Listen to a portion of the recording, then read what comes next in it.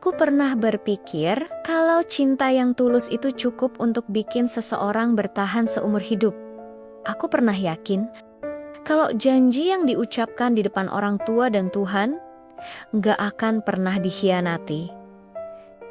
Dan aku pernah percaya kalau laki-laki yang menggenggam tanganku dengan gemetar saat ijab kabul adalah orang yang akan menjagaku sampai tua tapi sekerang. Aku tahu tidak semua janji seindah saat pertama diucapkan. Namaku Alia, dan ini adalah kisah tentang bagaimana aku mencintai seseorang dengan seluruh hatiku, tanpa sisa, tanpa perhitungan. Hari itu masih jelas di ingatanku, hari di mana Raka melamarku. Bukan di restoran mahal, bukan dengan cincin berlian.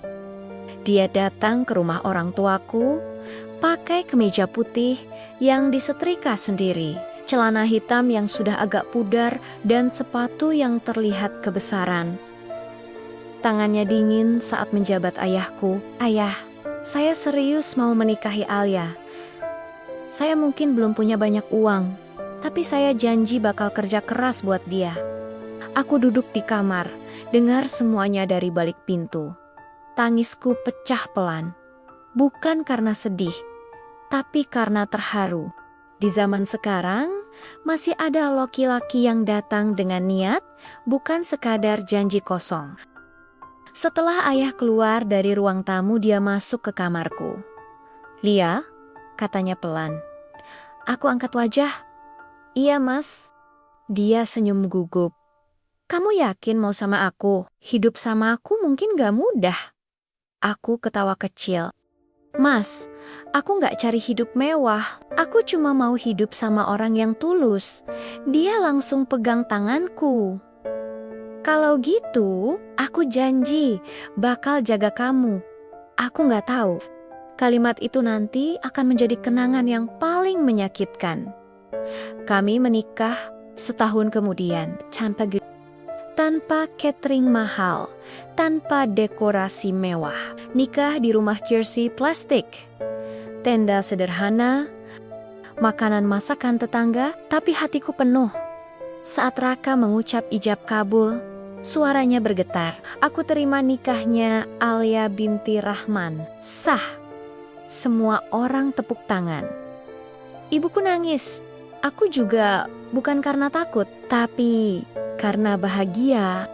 Hari itu aku merasa jadi perempuan paling beruntung. Malam pertama kami di rumah kontrakan kecil, satu kamar, satu kipas angin, satu kasur tipis. Raka duduk di sampingku. "Kamu nyesel nggak, Lia?" "Nyesel kenapa? Dapat suami kayak aku." Aku pukul lengannya pelan. "Jangan ngomong gitu. Aku bahagia." Dia senyum lega. "Beneran?" "Iya, Mas. Selama kamu jujur sama aku cukup." Dia rangkul aku tidur di dadanya. Merasa aman, merasa dicintai. Tahun pertama pernikahan kami sederhana tapi hangat. Setiap pagi aku bangun duluan. Masak nasi, goreng telur, bikin teh. Raka siap-siap kerja. Sebelum berangkat, dia selalu cium keningku. "Doain aku ya." Pasti, kalau pulang kerja, walau capek, dia tetap bantu. Kadang nyapu, kadang cuci piring, kadang nemenin aku nonton TV. Kami sering ketawa cuma karena hal sepele. Suatu malam, listrik mati. Kami duduk di teras, pakai lilin. Raka bilang, "Kalau nanti kita kaya, aku mau beli rumah gede buat kamu." Aku ketawa. "Sekarang aja belum tentu bisa bayar kontrakan tepat waktu." Dia ikut ketawa. "Tapi mimpi kan gratis."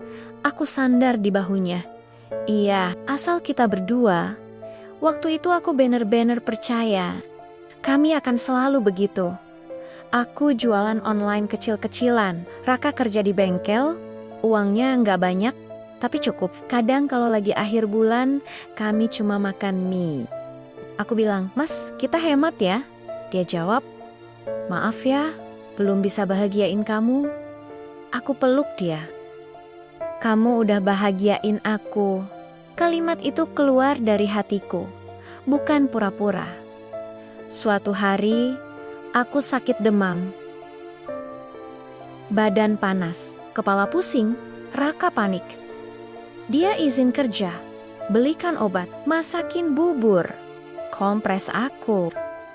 Kamu jangan kenopo-kenopo ya Lia, aku takut kehilangan kamu. Aku pegang tangannya. Aku masih di sini Mas. Dia nangis. Saat itu aku pikir laki-laki ini tulus. Aku harus jaga pernikahan ini. Kami sering ngobrol soal masa depan. Tentang anak, tentang rumah, tentang usaha kecil. Aku pengen punya anak perempuan kayak kamu, katanya. Kalau aku pengen anak laki-laki kayak kamu, jawabku. Sore hari, kalau aku capek, Raka suka bilang, sini, aku pijitin. Padahal tangannya kasar, tapi aku merasa diperhatikan. Kadang aku nanya, Mas, kamu pernah bosan gak sama aku? Dia jawab cepat, gak pernah.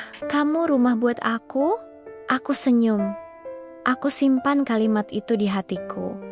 Sebagai bukti cinta, aku gak sadar bahwa cinta bisa berubah pelan-pelan, tanpa suara, tanpa tanda, tanpa permisi.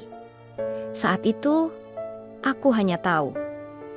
Aku bahagia, aku mencintainya, dan aku rela melakukan apa saja demi dia tanpa tahu bahwa suatu hari pengorbananku akan dibalas dengan luka.